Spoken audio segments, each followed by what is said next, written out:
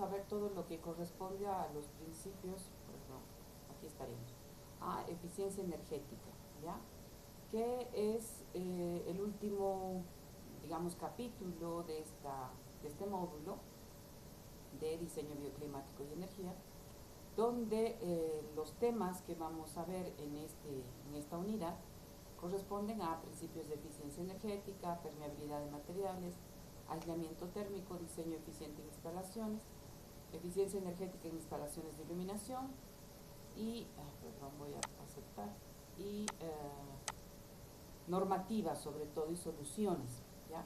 En la unidad que corresponde al módulo del tema 6, habrán visto que les he puesto yo una, un, un documento que sobre todo habla sobre la normativa en Chile de eficiencia energética, porque aquí en Bolivia no hay, y otro documento que es una tesis de la Universidad de La Paz, que habla sobre cómo realizar cierta normativa y sobre todo cómo realizar los trabajos de acuerdo a esta eficiencia energética y algunas soluciones planteadas para el caso de una vivienda en Santa Cruz, ¿ya? Entonces me gustaría que revisen la bibliografía para que le echen una revisada y sobre todo para que les sirva, ¿no? En este caso específico, ¿ya? Bien, entonces continuamos nosotros. ¿Con cuánta gente estamos? 19 todavía. Bien. Los principios de eficiencia energética, que sería el primer punto a ver, donde si bien dentro de los principios de eficiencia energética vamos a ver tres en realidad, ¿no? Tres que están enmarcados dentro de esos principios. El primero, que está orientado o está apuntando a reducir la demanda energética, ¿ya? Y esta reducción de demanda energética está muy relacionada con las estrategias pasivas que directamente en diseño ya podemos generar, ¿no? Estas estrategias pasivas que sobre todo tienen que responder condicionantes de la envolvente energética que tenemos en la vivienda, ¿no? Ya sea en verano o en invierno, esta envolvente energética debe ayudar o contribuir que se genere el calor suficiente al interior que sea confortable, o en verano que se genere un calor fresco, digamos, ¿no? Tanto en invierno como en verano, según sea la solicitación.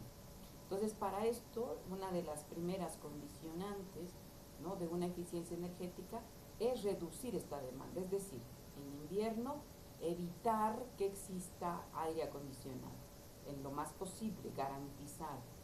Y en verano, pero sí, perdón, aire acondicionado de aire caliente en realidad, ¿no? Y en verano, aire acondicionado que me proponga aire más fresco para el interior de los ambientes.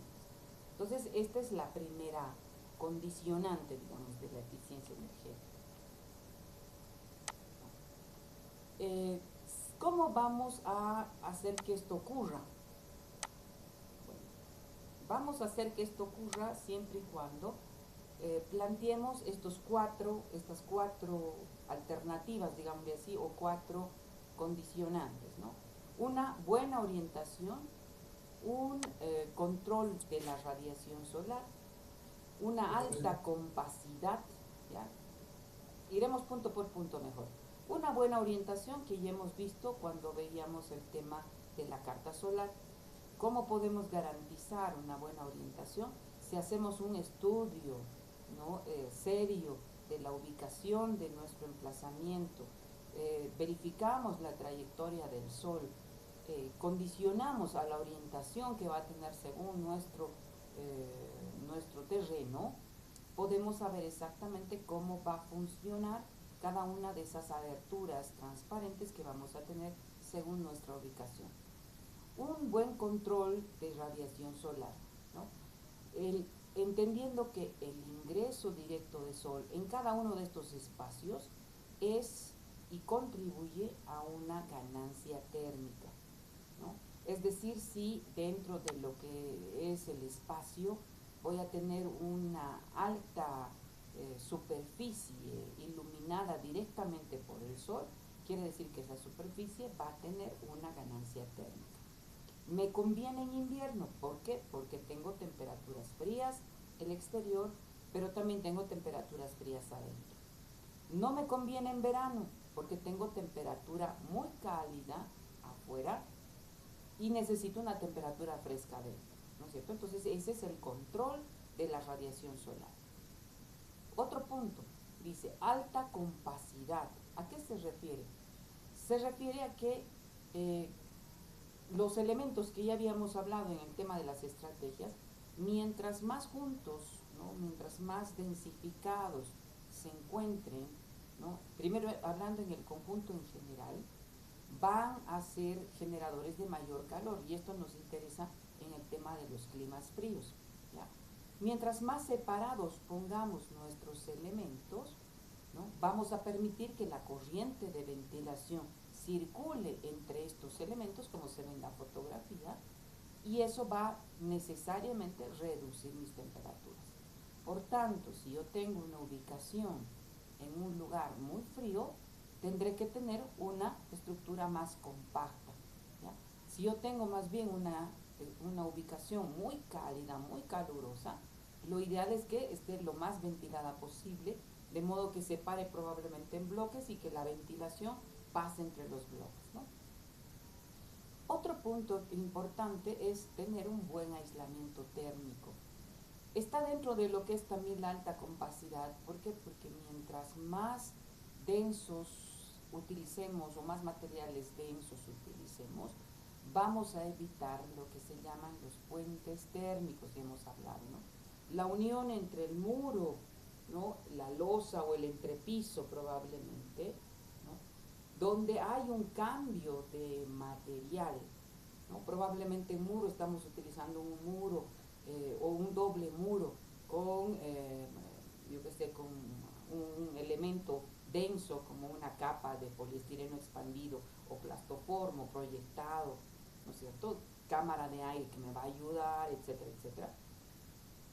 Yo pierdo ahí el control cuando aparece mi losa, porque en mi losa tengo un material más denso todavía, pero que es hormigón y que no es buen transmisor del calor, más bien lo rehuye, y en época de invierno por ahí se va a transmitir el frío, ¿no es cierto? Entonces, esos son los puentes térmicos que tenemos que evitar. Por tanto, un buen aislamiento térmico apuntará a tener un edificio con una energía eficiente, ¿ya?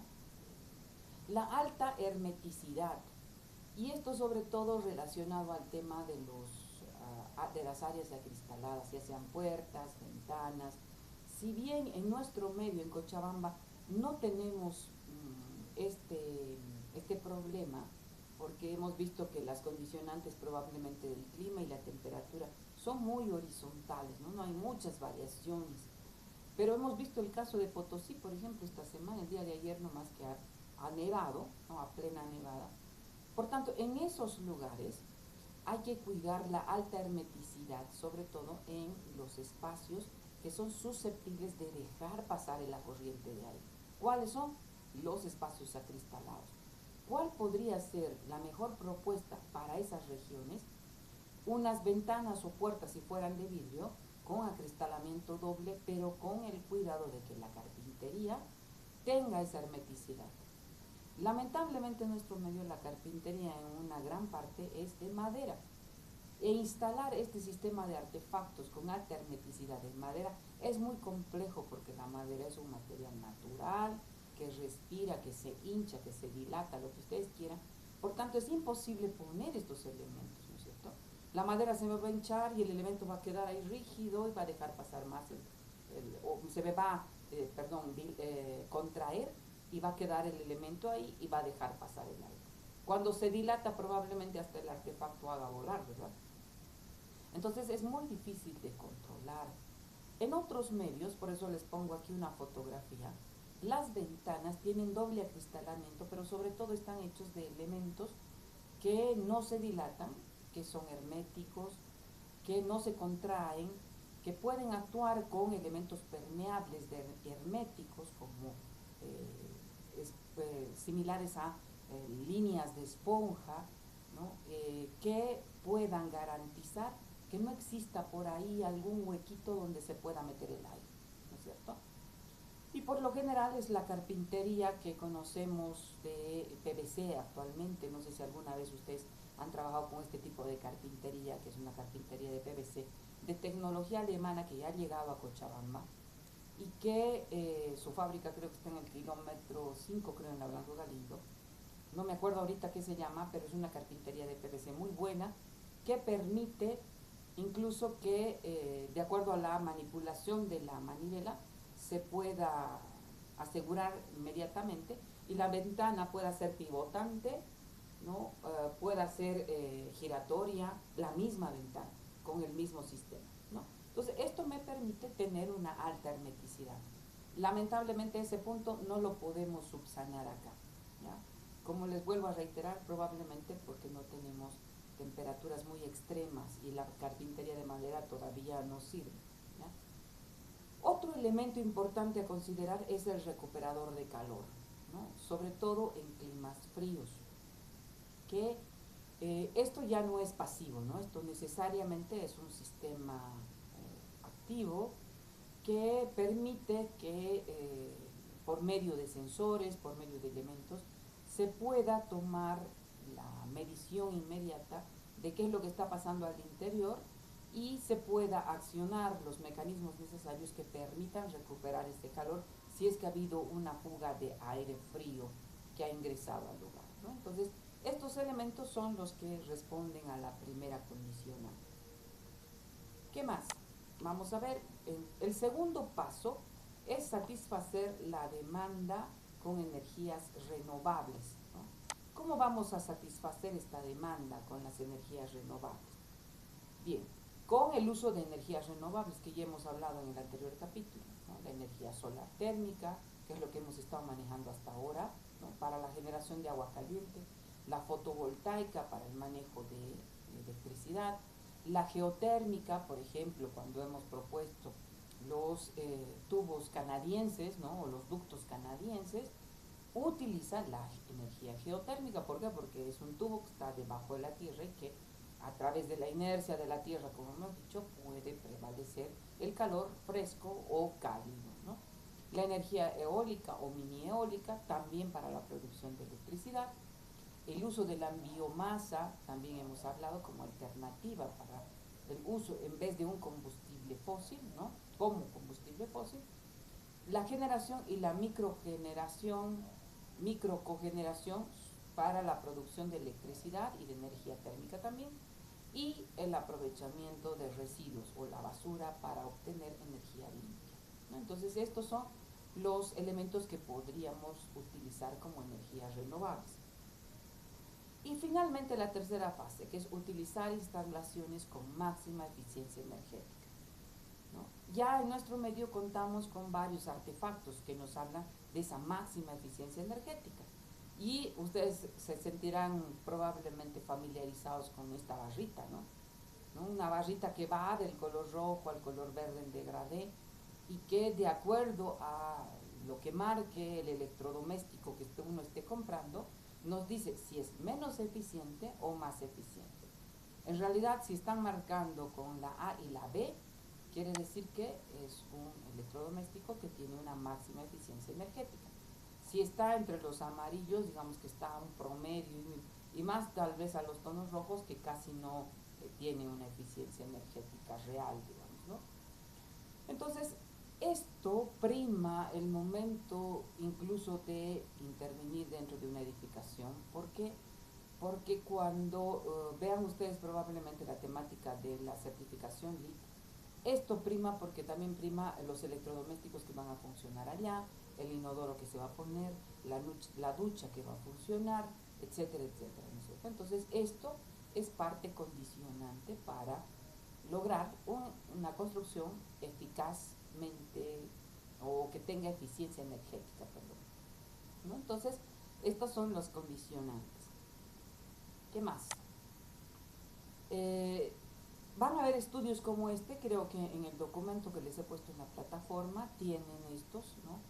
Donde está un estudio general que se hizo acerca de los electrodomésticos según su etiqueta energética en los hogares, ¿no? Este es de un estudio, creo que se hizo en España, en la cual se marcan cuál es la prioridad de algunos artefactos, ¿no? Tanto frigoríficos, lavadoras, lavavajillas, y esto es lo que es parte de un estudio para una certificación LEED, ¿no? La verificación del estudio de estos electrodomésticos, ¿no? Segundo punto, bueno, estos serían las tres condicionantes del primero. Ahora vamos a hablar de la permeabilidad de los materiales. ¿Qué entendemos por la permeabilidad? ¿No?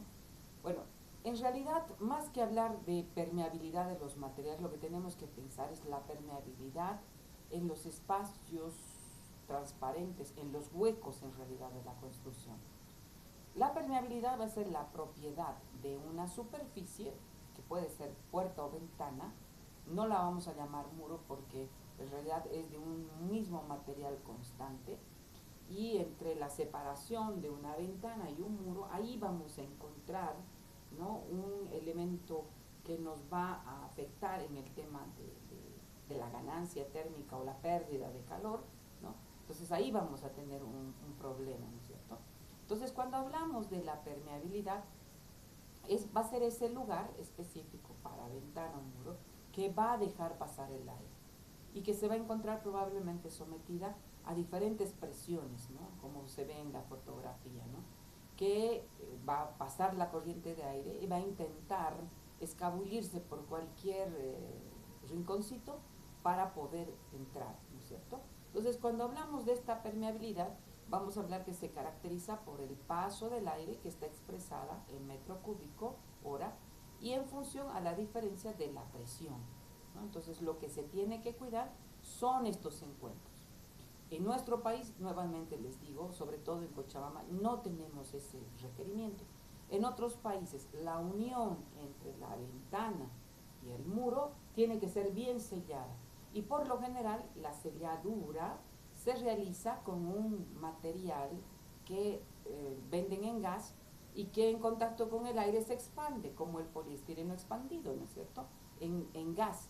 Entonces, un aerosol que considera, o sea, se coloca el aerosol en este lugar y el momento que logra el contacto con el aire y con la superficie se expande y logra sellar absolutamente todo. ¿Qué tenemos nosotros en nuestro medio? Tenemos el muro de ladrillo, tenemos nuestra ventana, y a veces eso con una mezclita de cemento nomás los albañiles no lo sellan. Y cuando ocurre que llueve mucho, probablemente una temporada de mucha lluvia, nuestra ventana se encoge y hasta podemos ver, ¿no?, un hilito de luz donde podemos ver el interior, es decir, está separado. Es ahí donde tenemos pérdidas de calor en invierno o entradas también de ventilación filtrada, ¿no?, en época de ventosa, digamos así, ¿no? Entonces, esto se da originalmente en otros países. Nuevamente es la verificación de las ventanas de doble vidrio, doble acristalamiento, la tecnología de tener un marco interior que pueda ser o sea capaz de sostener este doble acristalamiento, y la hermeticidad de la estructura. Fíjense cómo este perfil encastra exactamente en este otro que permite, que no deja que el aire, obviamente, haga este ángulo, ¿no?, de ingresar por acá, ¿no es cierto? Y en cambio nosotros tenemos esto abierto, ¿no? Y más nuevamente cuando les repito que la ventana se deforma, ¿no? Bien. El tercer punto es el aislamiento de la edificación, ¿no? La edificación debería contar con un aislamiento necesario que permita que todo pueda funcionar eficientemente, ¿no? Para esto vamos a ver que existen diferentes materiales que son aislantes y que pueden usarse como aislantes o técnicas de aislamiento para el calor o para el frío. La selección de estos materiales va a depender de el lugar en el que nos encontremos, ¿no? Y ahí les pongo algunos, ¿no?, de acuerdo a la baja densidad. Pueden ser discontinuos, porosos, como la fibra de vidrio, la plancha de corcho, que aunque es carísima, ¿no?, la vermiculita, el poliestireno, el poliuretano, la perlita, ¿no?, que se pueden usar como partículas, como espuma, planchas o almohadillas para sellar estos sectores que hemos dicho son más susceptibles, ¿ya? Entonces, cuando hablamos de aislamiento, vamos a hacer referencia sobre todo a esos materiales que no los encontramos en bloque y probablemente no los tenemos en nuestro país, solamente tal vez lo conocemos más a la fibra de vidrio. La plancha de corcho, les he dicho, es muy cara, ¿no? Y el poliestireno y el poliuretano sé que ya hay, ¿no? Y que lo venden, por ejemplo, hay un producto en Sica que es el poliestireno en gas que se puede sellar, eso es para uso para sellantes, y sobre todo el poliuretano que venden también, pero pues, similar a la fibra de vidrio, ¿no? Venden en una bolsita y que en algunos casos lo venden, a ver, les doy el dato, lo venden, creo que es Besla la fábrica, que está en el kilómetro y medio de la Blanco Galindo, y también lo ofrece Casa Pronta, se llama, ¿no? Con el proyector del panel M2 DUE. Entonces, para proyectar el cemento, nos venden esta espuma de poliuretano para evitar la microfisura y que en otros países es utilizado también para sellar ¿no? los intersticios que pueden existir, ¿no? Bien, entonces ese dato les doy. Acá vemos que en climas extremos se tiene que tomar un riguroso cuidado, sobre todo en los elementos que están en directo contacto con el medio ambiente, la cubierta y el muro, ¿no? Ahí tenemos materiales que, por ejemplo, se colocan en forma de lámina en cubierta, fíjense, está acompañando la estructura de cubierta y que encima de estas vienen las planchas seguramente de, yo qué sé, como la plancha chingalit o planchas de madera, que se utilizan como material de cubierta, ¿no? Y en el muro, ¿no? Por lo general, para buscar muros que actúen bien con el tema de la térmica, ¿no? Del acondicionamiento térmico, lo que se hace es buscar materiales porosos, ¿no? Que sean capaces de absorber este calor, ¿no? Entonces ahí está, ¿no? Y ahí está también el material que se utiliza en espuma para el sellado. Seguramente aquí viene alguna ventana y ese es el que se utiliza para el sellado, ¿no? El cuarto punto está referido al diseño eficiente de las instalaciones de climatización, ¿no? Y este punto, sobre todo, nos va a hablar sobre cómo debemos diseñar. De, podemos evitarnos el uso de materiales probablemente que no hay en nuestro medio, podemos evitarnos probablemente el uso de ventanas con doble acristalamiento si pensamos y diseñamos desde un principio con la firme idea de evitar, ¿no? estos elementos susceptibles, ¿no? en el tema del verano y el invierno sobre todo, ¿no? Entonces, si existe un buen diseño y un análisis de todas las condicionantes que hasta ahora hemos visto, podemos garantizar que nuestro diseño no va a necesitar, ¿no? en una gran parte estos elementos en materiales o en aislantes específicos, ¿ya? Entonces, la mejor manera de diseñar, perdón, de crear un diseño eficiente es diseñar adecuadamente. Ay, se me ha ido. Denme un momentito, por favor, que le he apretado no sé qué. Ahora sí. Ahora sí. ¿No? Es diseñar adecuadamente y realizar un adecuado aislamiento de fachadas, ¿no? De acuerdo a la orientación, al soleamiento, etc.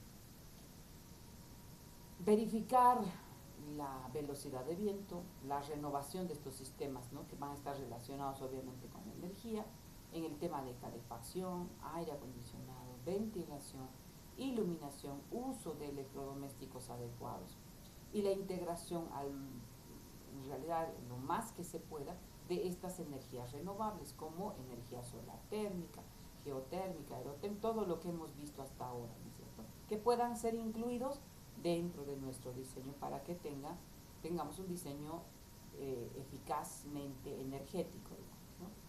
Además que obviamente estos diseños tienen que mejorar el aislamiento, ¿no? Tienen que producir, digamos, una buena calidad de aire al interior, temperatura adecuada que permita que el usuario se encuentre confortable, etcétera, etcétera, ¿no? La quinta, que es la eficiencia energética en las instalaciones de la iluminación interior y exterior. Y este es un punto que en normativa internacional es muy importante, ¿no? Hay que verificar las instalaciones de iluminación, tanto al interior de los espacios como al exterior. ¿Cómo se puede verificar esa iluminación? ¿No? Entonces, el sistema que se esté utilizando para alumbrado, lo ideal es que sea o que use una energía pasiva, renovable, ¿no es cierto? Y que obviamente sea eficiente con la función del espacio, que va a cumplir ese espacio, ¿no? Y la necesidad que va a tener, ¿no?, ese espacio o esa función que va a albergar, prestando una calidad de ambiente, confort, un nivel de iluminación adecuado, ¿no? Y que obviamente esté pensado en que si vamos a poder generar a partir de los paneles solares una energía renovable, podamos iluminar con lámparas, luminarias, tanto al interior como al exterior, ¿no es cierto? Entonces, este es un elemento importante a nivel, sobre todo en la normativa exterior, como les decía. En nuestro medio no se acostumbra principalmente, como les había dicho, por la parte económica, ¿no? Por lo que cuesta este sistema, a diferencia del tradicional, ¿no?, que tenemos de energía eléctrica. Y esto les pongo algunos estudios de tablas, ¿no?, que se hacen acerca de los focos, ¿no?, ya sean estos incandescentes, interiores, exteriores o fluorescentes, cuál es su repercusión, ¿no?, en los estudios. Se hace este análisis cuando se presentan diseños, ¿no?, eficientemente energéticos, y cuando también se trata de medir cuál es el uso por horas en el día, ¿no?, para verificar que el diseño planteado esté dentro de los rangos y pueda obtener obviamente la certificación LEED, que seguramente van a ver esto en otro tema, en otro módulo, ¿no? Sí, perdón, estoy yendo para atrás. Y finalmente le pongo ahí el punto 6 y 7, que eso es el que se los he puesto como referencia en el tema, que nos habla sobre la normativa y recomendaciones, y en la misma ustedes van a poder encontrar soluciones energéticas para la edificación. Entonces revisen esa bibliografía, ¿no? Y ahí les pongo la referencia de la que tienen ustedes en plataforma. Esta, que las he puesto primero, que es de la Universidad Mayor de San Andrés, les decía, de la Facultad de Arquitectura, de Diseño y Urbanismo, que se llama Vivienda Colectiva Bioclimática. Hay buenos datos, que este es el caso Bolivia, lo he denominado. Este enlace se los pongo acá, pero en realidad todo el documento se los he subido a plataforma, está en el tema 6. Y este otro, que sería la segunda, ¿no?, que es la guía de diseño para la eficiencia energética en la vivienda social. Ya esto es más profesional, ya no es de una universidad y ya no es de probablemente de un estudio de tesis, ¿no es cierto? Este es el caso de Chile, donde plantea, ¿no?, cuáles son las condicionantes, sobre todo para una vivienda social, es decir, una vivienda mínima, ¿no?, que a ustedes les puede dar luces. No estamos muy lejos, no tenemos una ubicación geográfica muy diferente, ¿no?, y que a nosotros nos pueda dar luces de los planteos y las problemáticas que han tenido, y los planteos sobre todo de diseño y alternativas de solución que se plantean en estos documentos. Les recomiendo, échenle una miradita, una lectura rápida, y les va a ayudar a ustedes a tener más luces sobre sus propuestas, ¿no? Eso sería en líneas generales con el tema ya de lo que correspondería al módulo. Hasta aquí habríamos concluido, y realmente me gustaría dar mayor prioridad al tema de las revisiones de las prácticas, ¿no? Para esto, no sé cuántos minutitos nos queda, ya no tengo ahí. ¿Ustedes tienen algún dato? ¿Les sale algún dato en la pantalla? 4 minutos, Sarki. Perfecto. ¿Quieren que aprovechemos esos 4 minutos? Mientras tanto, les voy a compartir, como estoy compartiendo la pantalla, les quería mostrar esto. Tengo la preocupación de que todos son arquitectos menos una persona en el módulo, y obviamente no puede manejar probablemente un paquete graficador de tal modo que pueda probablemente realizar algunas modificaciones al prototipo. Pero lo que quiero que entiendan es lo siguiente, ¿no? todavía queda la duda de para qué me sirve esta carta solar. Entonces, lo que yo he hecho es ponerle un paquete graficador para explicar, nada más, no para que manejen así. Fíjense, acá he tomado un dato cualquiera, ¿no? Voy a hacer el mismo ejercicio con otro dato que ustedes me den. Pero les decía yo, la carta solar es una carta que nos puede dar mucha información, ¿no? Y ya hemos ido viendo el análisis, el video, no sé, el video que la verdad les soy sincera, he tenido que grabar 3 veces, me he quedado hasta no sé qué horas de la noche, porque que había grabado mal y he tenido que arreglar. Entonces, espero que les haya servido. Les he dado algunos tips de cómo interpretar esta carta solar. Otra forma de interpretar, ¿no? Es la de partir ahora al revés, ¿no? En la arquitectura vernácula, si ustedes recuerdan, y podemos traer a la memoria seguramente muchos ejemplos, ¿no? Se da la situación que tenemos una iglesia y que a cierta hora, ¿no? En la que, y a cierta fecha, tal vez, yo pongo el ejemplo de la iglesia porque por lo general en la arquitectura vernácula se utilizaba mucho el tema del sol, sobre todo para el tema espiritual, ¿no? Entonces puede ser que en una determinada fecha se haya calculado que de una ventana pueda ingresar el sol y que pueda situarse en un lugar específico de la iglesia, ¿no? Para que genere esta especie de aura espiritual. ¿Cómo se hacía eso? ¿Lo podemos hacer ahora? Sí. La información la tenemos en la carta solar. Entonces, les pongo acá. Por ejemplo, aunque esta es una carta solar de Osaka, yo he tomado la fecha festiva de nosotros, el 15 de agosto. Imagínense que en Japón hay una comunidad boliviana que tiene su capillita y que va a ser el festejo de la Virgen de Urcupiña, ¿no? Que es lo que más conocemos nosotros aquí.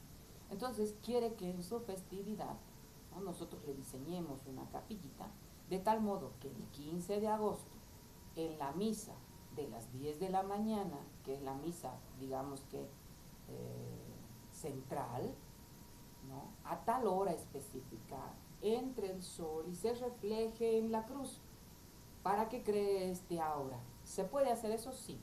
¿Cómo? En la carta solar, yo tengo los meses, ¿verdad? Aquí tengo, esta es la carta del segundo semestre. Tengo el mes de julio acá y agosto. Hemos dicho el 15 de agosto. Más o menos yo había agarrado una circunferencia, le he puesto 3 puntos de conexión a los extremos, al centro y al otro extremo. Y he generado una circunferencia que pase por el 15 de agosto. ¿A qué hora? A las 10 de la mañana. Me fijo en el analema, tengo aquí las 7, 8, 9, 10, 11 le había puesto, bueno, 11 de la mañana, digamos. 11 de la mañana tengo acá situado. Entonces, a esa hora le pongo un punto, uno, el centro de mi circunferencia con ese punto, y si extiendo la línea, me va a dar un azimut. Quiere decir que esa mi capilla tiene que coincidir, tengo que girar ese azimut, que me sale 113 grados más o menos, sudeste, tiene que estar girando hacia el sudeste. ¿Y qué altitud debe tener? Debe tener una altitud. Ahora ese punto, hago un centro nuevamente en la circunferencia, pongo el punto aquí de mi compás,